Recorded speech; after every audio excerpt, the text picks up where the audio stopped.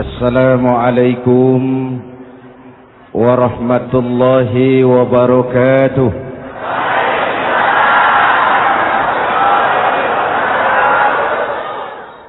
Alhamdulillah wassalatu wassalamu ala Rasulillah Sayyidina Muhammad ibn Abdullah wa ala alihi wa sahbihi wa mawala, amma ba'du.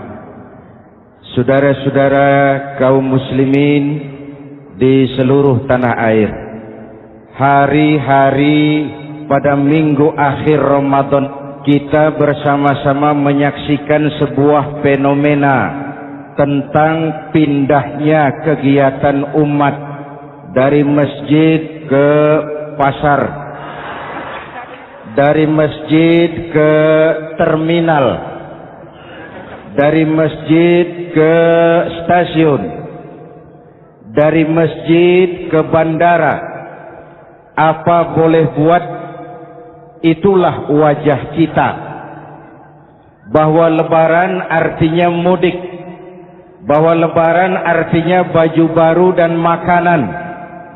Lebaran berbeda dengan Idul Fitri. Lebaran adalah tradisi yang setiap kita boleh ikutan.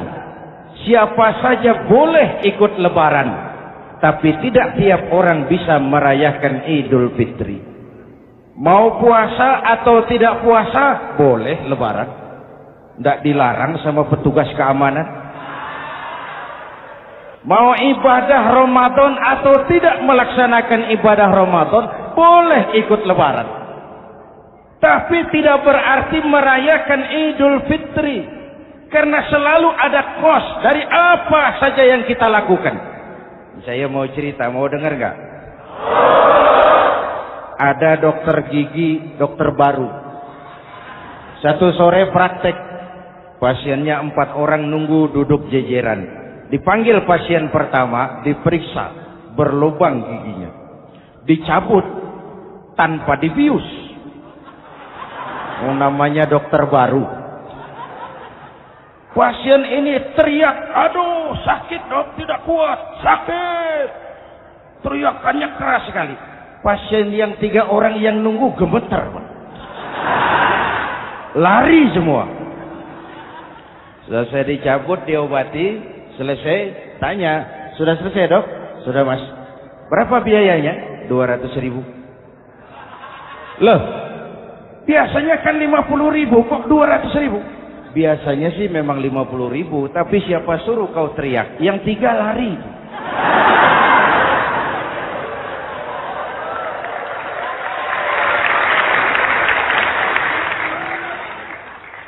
Cerita pendek ini ingin berpesan kepada kita, selalu ada ongkos yang harus kita bayar dari apa saja yang kita lakukan.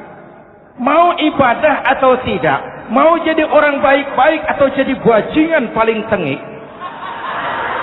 mau berbuat salah atau berbuat soleh, selalu ada kosnya, selalu ada ongkosnya. Kita bicara kembali kepada fitrah, Idul Fitri. Bagaimana caranya? Pertama, saya ingin mengutip bagian pendek dari ayat 185 Al-Baqarah. Walitukmilul iddata walitukabbirullaha ala ma hadakum wala'allakum tashkurun.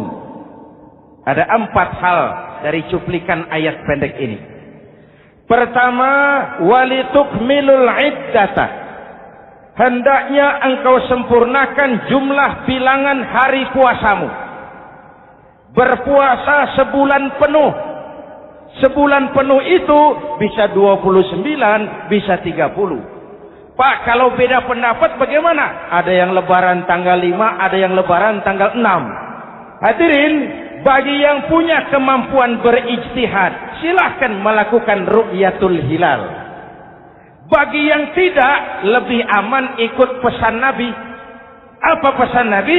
Fa iza ikhtalaftum fa alaikum bisawadil a'zam ma'al haqqi wa ahlihi. Kalau kamu berbeda pendapat, ikut golongan terbanyak yang benar dan ahlinya. Jadi walaupun banyak, kalau tidak benar dan bukan ahlinya, nggak usah ikutin. Banyak benar dan ahlinya. Contoh, 100 insinyur berbeda pendapat dengan 10 kiai tentang doa kunut.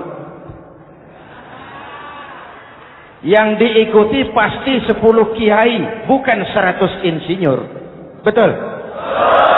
Atau sebaliknya, 10 insinyur berbeda dengan 100 kiai tentang konstruksi jembatan. Yang diikuti tentu 10 insinyur, benar dan ahlinya. Maka yang paling aman, kita punya Departemen Agama. Departemen Agama punya ahli dari MUI, dari Nahdlatul Ulama, dari Muhammadiyah, dari Al-Wasliyah, dari Syarikat Islam, dikumpulkan melakukan ru'yatul hilal. Yang paling aman, dengerin saja pengumuman Departemen Agama.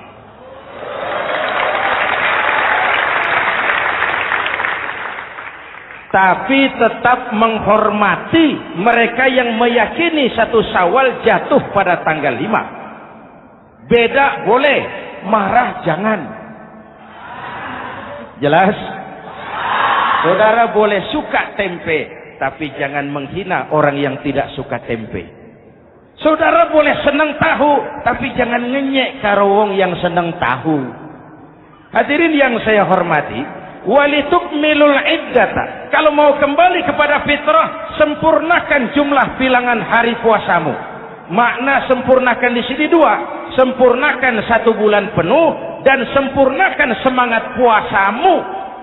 Walaupun Ramadan berakhir, puasa jangan selesai. Kenapa? Tangan kita masih tetap terus puasa dari mengambil yang bukan milik kita. Lidah kita walaupun Ramadan sudah selesai tetap berpuasa dari memfitnah dan menggunjing orang lain. Kaki kita walaupun Ramadan sudah selesai tetap puasa dari berjalan ke tempat yang tidak baik. Perut kita tetap berpuasa dari kemasukan barang-barang yang haram. Sempurnakan semangat puasamu. Sikap disiplin, sikap jujur, merasakan kehadiran Allah dekat dalam hidup. Nih, contoh ringan. Tadi waktu asar dan zuhur, saudara sholat apa tidak? Sholat. Waktu sebelum sholat kan berwudu. Ketika berwudu kan berkemur. Umpama waktu berkemur itu saudara korupsi,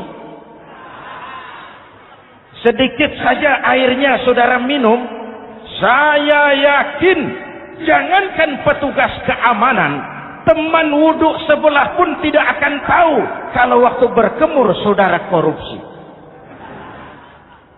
Kalau selesai Ramadan ini diterjemahkan, insya Allah negara kita bersih, berkurang korupsinya. Hadirin yang saya cintai, saya kembali kepada pesan Al-Baqarah 185 tadi. Walitukmilul iddata, sempurnakan jumlah bilangan hari puasamu. Puasa sebulan penuh dan kemudian lanjutkan semangat Ramadan. Disiplin, merasakan diri di bawah pengawasan Allah. Sekarang ini Allah ditekan. Kita iman dalam ucapan tapi sekuler dalam perbuatan.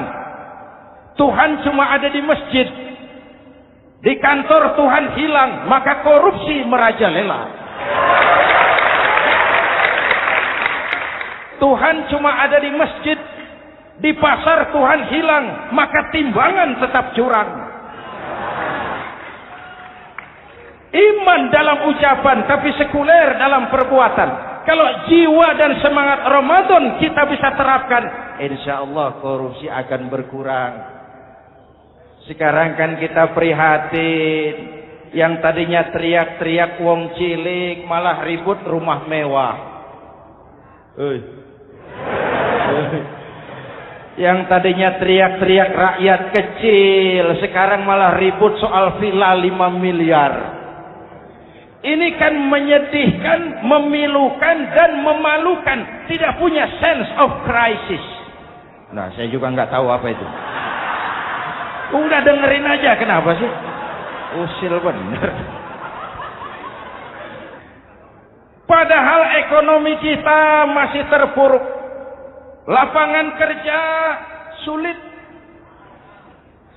Jumlah pengangguran rata-rata 2 juta orang per tahun. Lapangan kerja baru sulit terbuka karena investor, jangankan yang dari luar mau masuk, yang di dalam siap-siap keluar.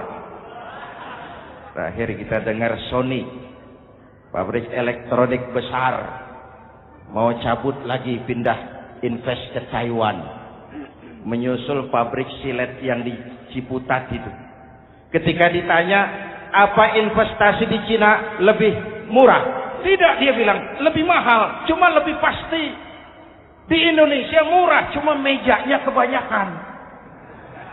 Biaya siluman, namanya siluman nggak karu-karuan. Keluar uang banyak, urusan tidak pasti, capek. Disahkan undang-undang penyiaran yang justru ditolak oleh masyarakat penyiar sendiri. Industri penyiaran bakal kolaps karena sekarang ini boro-boro mereka industri televisi mau break even point, mau pulang modal, dengan ke depan bisa bangkrut. Akibatnya bisa kita pastikan, jumlah pengangguran makin bertambah. Hadirin yang saya hormati, kita memang setuju jangan terlalu mengadopsi siaran-siaran televisi dari luar. Kita harus punya filter. Tapi pada sisi yang sama, kita juga harus memperhatikan lapangan kerja buat rakyat kita ini. Walitukmilul iddata, sempurnakan jumlah bilangan hari puasamu. Kalau jumlah hari puasa sudah sempurna, tuntunan yang kedua dari Al-Quran, walitukabbirullah, hendaknya engkau agungkan nama Tuhanmu. Takbiran. Takbiran itu bisa sendiri, bisa berjamaah, bisa di rumah, bisa di masjid, bisa di surau, bisa dengan pawai keliling, asal dilaksanakan dengan tertib dan tidak mengganggu lalu lintas umum. Prakteknya yang terjadi, pawai keliling itu mengganggu ketertiban umum, perang petasan, mengganggu lalu lintas. Terjadi macam, ada yang takbiran bawa bendera partai. Innalillahi wa inna ilaihi raji'un.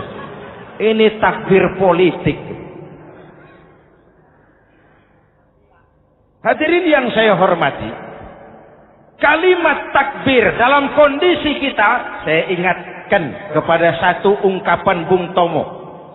Bung Tomo, pelaku sejarah, tokoh 10 November yang dikenal sebagai Hari Pahlawan, dalam satu pidatonya saya ingat pernah berkata, andai kata tidak ada kalimat takbir, ini ungkapan Bung Tomo, andai kata tidak ada kalimat takbir, saya tidak tahu dengan apa saya harus menggerakkan putra-putra terbaik bangsa untuk bangkit berjuang melawan penjajah.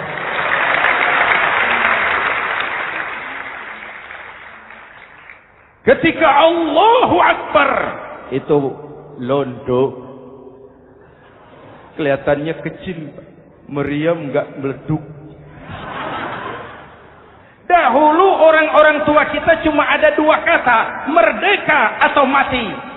Tidak berpikir nanti kalau menang dan merdeka saya jadi wali kota di mana.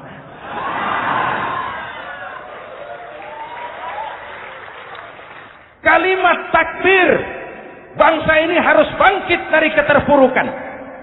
Bangsa ini harus bangkit mengejar ketinggalan-ketinggalannya. Bangsa ini tidak boleh terpuruk terus. Dan semangat takbir harus menjiwai kita. Tidak ada capek dalam perjuangan. Tidak ada puas dalam upaya. Keberhasilan cuma pengantar ke arah keberhasilan yang lebih baik lagi. Walitukabbirullah, hendaknya engkau agungkan nama Tuhanmu. Nama Allah menjadi motivasi besar dalam kehidupan kita. Ini pesan Quran Al-Baqarah 185. Pesan kedua, setelah sempurnakan jumlah bilangan hari puasamu, agungkan nama Tuhanmu. Takbiran. Kalimat takbir sendiri kalau kita lihat pada kalimatnya ada kata la ilaha illallah wahdah sadaqa wa'dah wa nasara 'abdah wa a'azza jundah wa hazamal ahzaba wahdah. Tidak ada Tuhan selain Allah, esa, tidak beranak, tidak diperanakan, wahdah, tidak bisa diumpamakan dengan apapun. Sadaqa wa'dah, Allah yang maha menepati janjinya. Wa nasara 'abdah, Allah yang maha menolong hambanya. Kalau bukan kebesaran Allah, berat berjuang Ramadan ini melawan musuh yang tidak nyata.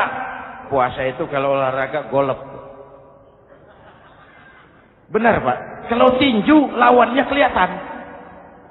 Betul. Sepak bola musuh kelihatan. Bulu tangkis kelihatan. Golf siapa musuhnya? Itulah puasa, menghadapi musuh yang tidak kelihatan. Itu lebih berat daripada perjuangan mengangkat senjata, lebih berat daripada berjuang mengorbankan harta. Tapi kalau di bulan Ramadan saja Rasulullah menang dalam perang Badar, itu harus jadi sumber motivasi. Dengan kalimat takbir, dengan keagungan Allah, bangsa Indonesia harus bangkit dari keterpurukan. Ibu bapak hadirin yang saya hormati, jadi bukan akhir Ramadan lalu sibuk beli baju. Boleh, tapi bukan itu yang utama. Laisal id bilibasin jadid, walakinnal id bita'atin yazid. Idul Fitri bukan pakaian baru. Idul Fitri adalah ketaatan yang meningkat, yang telah ditempa, digojlok, digembleng oleh Ramadan. Jadi kalau Ramadan rajin baca Quran, lalu selesai Ramadan sayonara Quran, latihan tidak berhasil. Ramadan rajin ke masjid, selesai Ramadan selesailah ke masjid.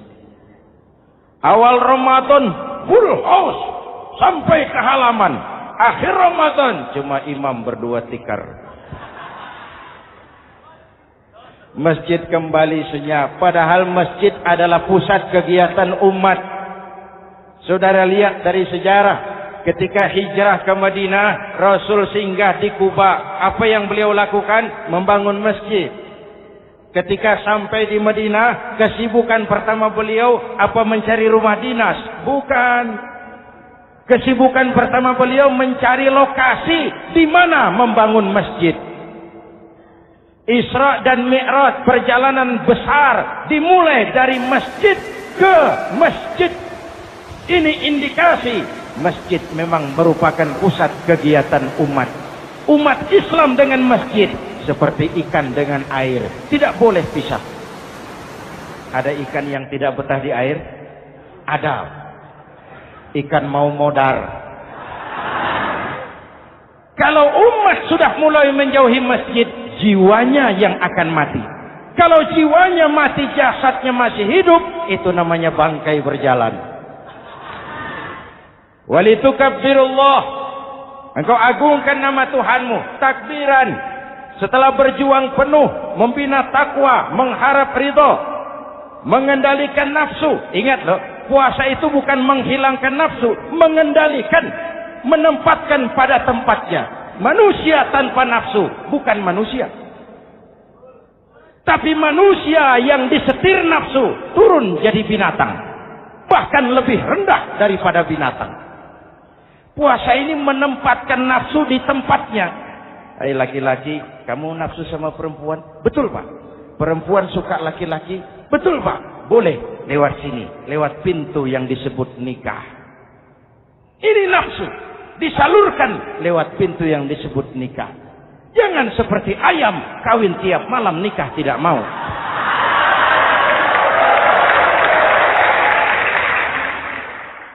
Hai manusia, nafsu kepada materi, kepengen kaya? Iya Pak. Boleh. Usaha yang halal, jual beli yang halal. Wa ahallallahu al-bai'a wa harrama riba. Allah halalkan jual beli. Jangan ingin kaya lalu makan renten, ingin kaya lalu korupsi, ingin kaya lalu buka peternakan tuyul.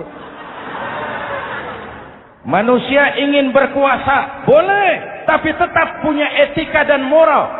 Jangan ingin berkuasa lalu fitnah, ingin berkuasa lalu mengadu domba orang, ingin berkuasa lalu menghalalkan segala cara. Kuasa menempatkan nafsu pada tempatnya. Manusia yang dikendalikan nafsu lebih puas daripada binatang. Saya punya ungkapan lama, sebuas-buasnya kerbau, makanannya tetap rumput. Saya belum pernah dengar ada kerbau terlalu buas lalu makan roti. Betul? Tapi manusia kalau sudah dikendalikan nafsu, manusia bukan cuma makan nasi, aspal, semen, kertas, minumnya solar, jauh lebih buas daripada binatang. Inilah puasa. Arep nguwong ke wong, agar manusia itu jadi dirinya, fitrahnya, jangan dikendalikan oleh nafsu. Kita ini sudah diciptakan fi ahsani taqwim. Masya Allah. Presented by the Integral CJ's Management.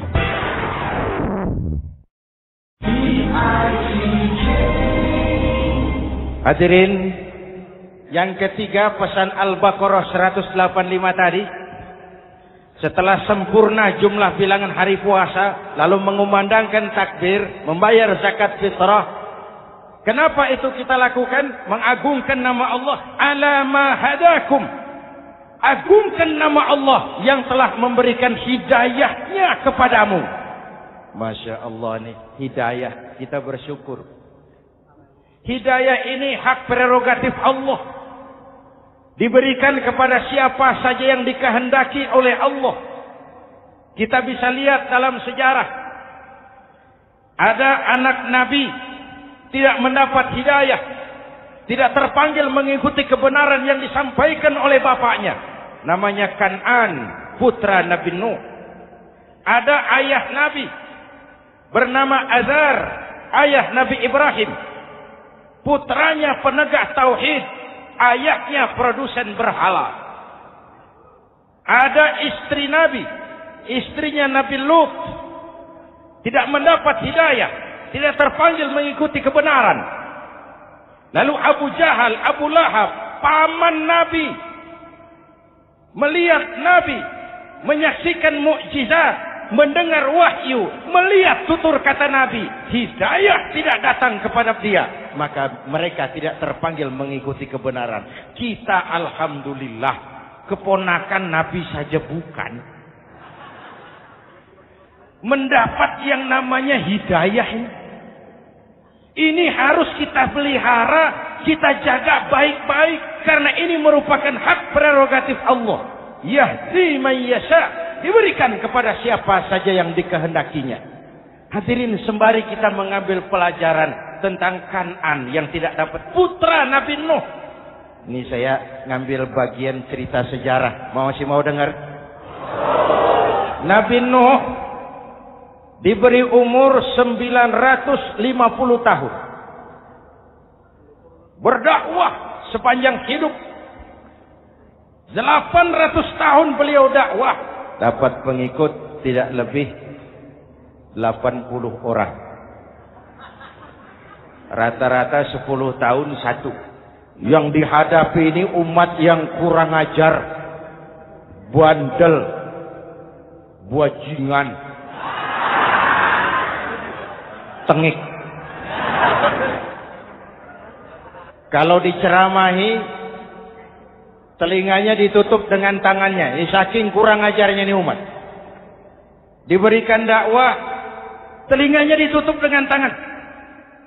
Nabi Nuh ketika di puncak kesabarannya munajat, ya Rabb, bagaimana Nuh? Siang malam saya berdakwah kepada umat ini.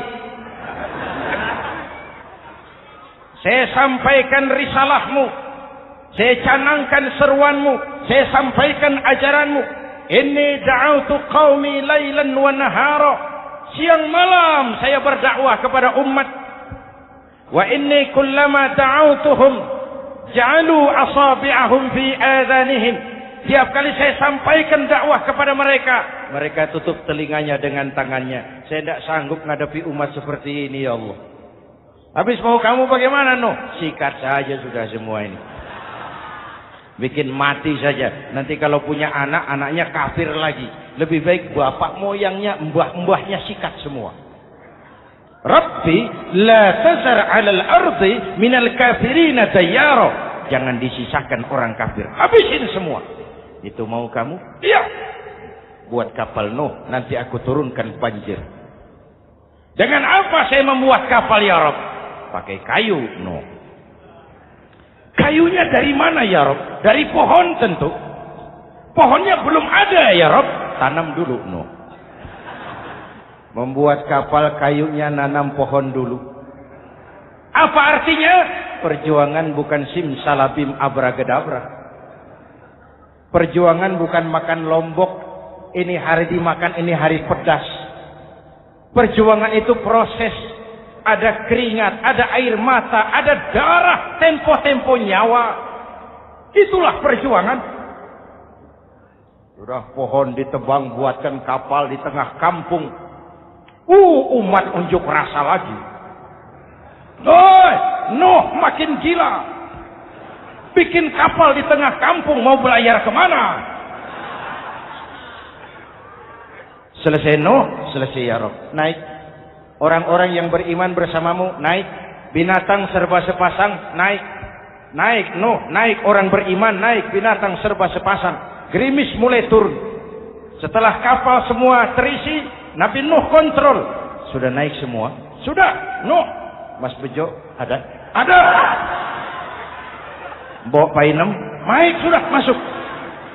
Oke. Hei. Kan'an anak saya ikut tidak naik kapal. Kami tidak lihat, Nuh. Turun ke bawah. Ada Kan'an. Kami tidak lihat, Nuh. Naik ke atas Burita.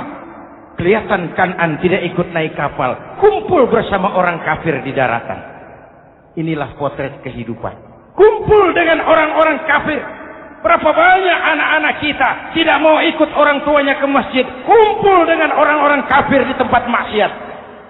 Nuh karena sayang kepada anak. Dari atas kapal memanggil. Ya bunayyarkam ma'ana. Ya, ini bahasa orang manggil, Pak. Kan'an. Kesini nak, naik kapal sama papi. Ini terjemahan bebas. Jawab Kan'an di bawah. Tidak mau, Pak, saya di sini saja. Jangan nak, Allah sedang murka, akan turun banjir.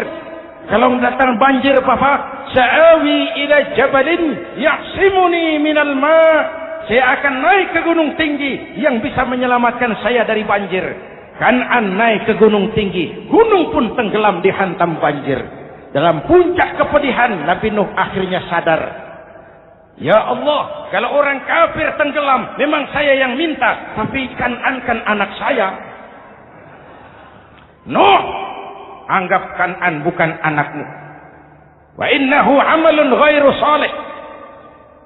Nuh sadar, akhirnya bilang, ana urid, wa anta turid, wallahu fa'alun lima yurid. Aku punya kemauan. Kau Kan'an punya kemauan, Allah juga punya kemauan. Kemauan Allah lah yang akhirnya jadi kenyataan. Nah, sekarang juga kita ngadepi musim banjir.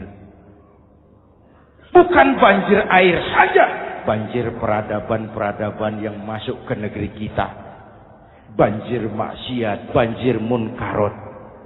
Kalau kita sudah ke masjid, kita sudah naik kapal. Tolong kontrol anak-anak kita. Tolong kontrol tetangga kita.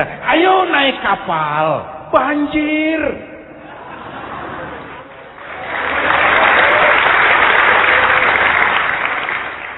Ditutup ayat ini dengan wala'allakum tashkurun.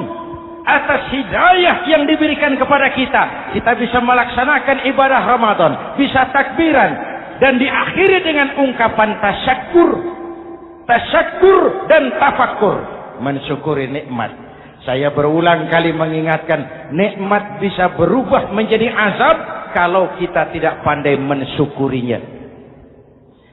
Bayangkan Pak, tahun 87-an kita itu jadi negara yang berswasembada pangan. Beras kita cukup untuk rakyat kita. Sekarang kita jadi pengimpor beras terbesar. Kita beli beras ke Vietnam, kita beli beras ke Thailand, ke negara-negara yang lebih kecil dari kita. Kenapa? Karena sawah kita tanami gedung dan beton.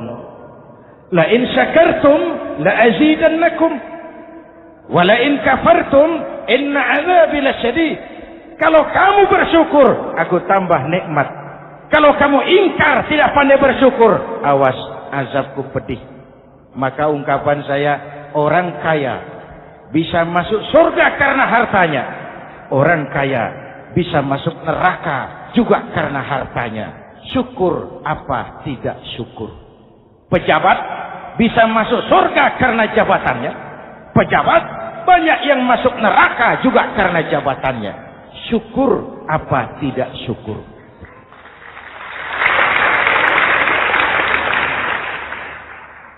Orang alim, kiai bisa masuk surga karena ilmunya. Orang alim pun bisa masuk neraka lebih dulu dari penyembah berhala juga karena ilmunya. Syukur apa tidak syukur? Si jabatan sebagai pemimpin lalu menyadari sayyidul qaumi khadimuhum. Pemimpin suatu umat adalah pelayan bagi umat itu. Pelayan harus melayani, bukan minta dilayani. Selama ini kita memandang jabatan itu jalan pintas menuju kaya. Jabatan itu artinya kekuasaan dan fasilitas. Maka yang lahir rampok-rampok baru.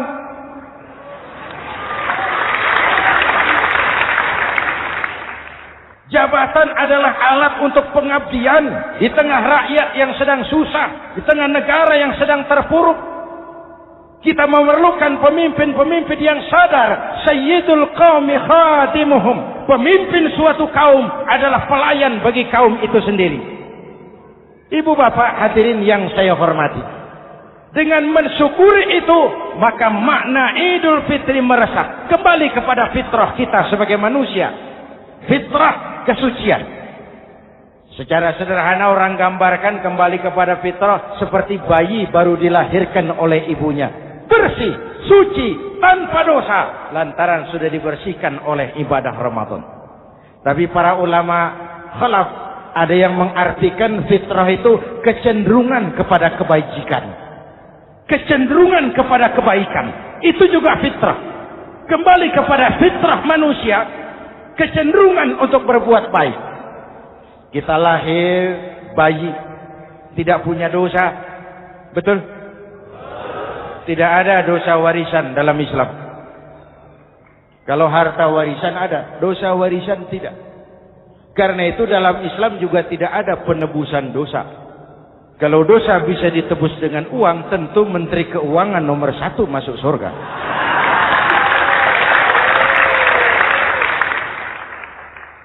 Dosa dalam Islam ditebus dengan taubat. Langsung kepada Allah, sonder calo. Hadirin yang saya hormati, kembali kepada fitrah seperti bayi baru dilahirkan oleh ibunya. Bersih, tidak punya dosa kepada Allah lantaran sudah dibersihkan oleh ibadah Ramadan. Soalnya kemudian kita kan tidak hanya bersalah kepada Allah, kita ini juga bergaul dengan sesama manusia. Betul? Sebuah hadis, sahabat ditanya oleh Rasul, "Atadruna manil muflis?" Saudara-saudara, tahu kamu siapa orang yang bangkrut? Oh Rasul, orang bangkrut yang tidak punya uang. Orang bangkrut yang tidak punya harta. Salah kata Rasul. Innal muflisa min ummati.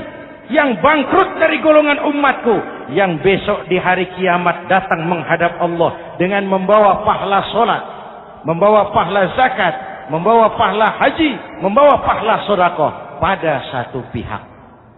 Sementara pada sisi yang lain sebelah kiri, orang ini juga datang membawa kesalahan karena pernah mencaci maki orang, pernah memfitnah orang, pernah memakan harta orang dengan cara yang zalim. Satu sisi bawa kebajikan, sisi lain bawa kesalahan. Kalau ini yang terjadi, bagaimana nasib kita, kata Nabi? Tuhan, ini pahala solat saya, ini solat yang wajib, ini yang sunnah, rawatibnya, nawafilnya. Datang orang, sebentar Tuhan, apa? Dia memang rajin solat, tapi saya pernah dicaci maki. Hancur nama saya, remuk hati saya. Di dunia saya tidak bisa membalas karena dia lebih berkuasa. Sekarang saya menuntut keadilan. Betul? Ya Tuhan, sini pahala solatmu, kasih orang yang kau caci maki. Tuhan, ini pahala puasa saya, yang wajib Ramadannya, sunnah 6 hari Syawalnya, Senin Kemisnya. Ini Tuhan. Datang lagi, sebentar Tuhan. Kenapa? Dia memang rajin puasa, tapi saya pernah difitnah tanpa benar, dicorengkan arang ke dahi, hancur nama saya karenanya. Saya menuntut keadilan karena di dunia waktu itu cuma banyak pengadilan, tapi tidak ada keadilan. Benar? Benar. Pahala solatmu kasih orang yang kau fitnah. Tuhan, ini pahala zakat saya. Datang lagi, Tuhan, dia memang suka zakat, tapi korupsinya lebih besar dari zakatnya. Nuntut keadilan. Sini, pahala zakatmu kasih. Kalau habis pahala kebaikan, orang yang menuntut masih banyak, diambillah dosa orang yang kita sakiti, diberikan kepada kita. Pahala dipreteli, dosa diberikan. Apa enggak bangkrut? Ibarat orang dagang, modal habis, tagihan hutang datang terus. Kenapa? Orang ini cuma baik hubungannya kepada Allah, tapi tidak baik hubungannya dengan sesama manusia. Karena itu, dalam konteks dengan fitrah, manusia makhluk yang fitrah. Apa fitrah itu? Pertama, manusia makhluk yang bertuhan. Itu fitrah. Mengingkari Tuhan, mengingkari fitrah. Yang kedua, manusia makhluk sosial, zon politikan. Itu fitrah. Kita tidak bisa hidup sendiri. Betapa dan siapapun kita memerlukan yang lain. Maka nuansa Ramadan intinya adalah silaturahmi.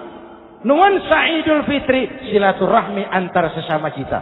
Ada baiknya saya ingatkan lagi sebuah hadis. Masih mau dengar?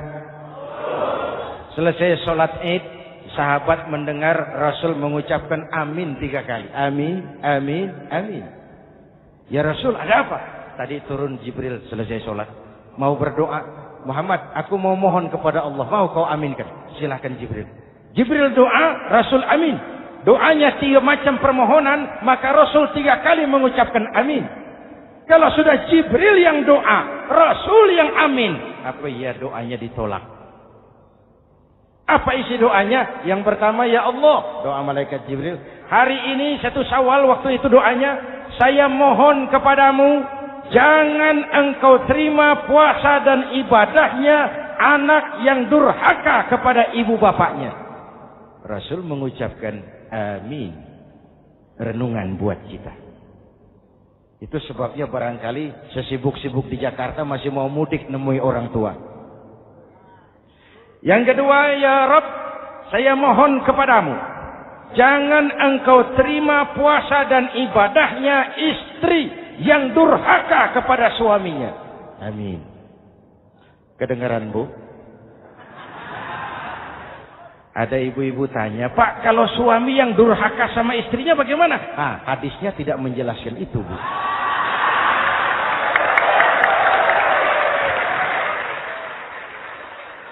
Lo menang sendiri. Yang jelas suami itu presiden rumah tangga, dimintakan tanggung jawab tentang istrinya. Nek istri swarga manut neraka katut. Ketika pulang Isra Mi'raj saja Rasul bercerita, aku diperlihatkan neraka. Neraka ya Rasul? Iya. Lalu aku lihat isinya kok kebanyakan perempuan. Perempuan. Laki bagaimana? Laki juga tidak sedikit. Cuma kebanyakan perempuan. Ya Rasul, apa mereka tidak sholat? Sholat. Apa mereka tidak ngaji? Rajin mereka sama suaminya. Kenapa banyak mereka di sana? Rasul senyum dan menjawab, hunna yakfurnal asir. Umumnya perempuan kurang bisa terima kasih sama suaminya.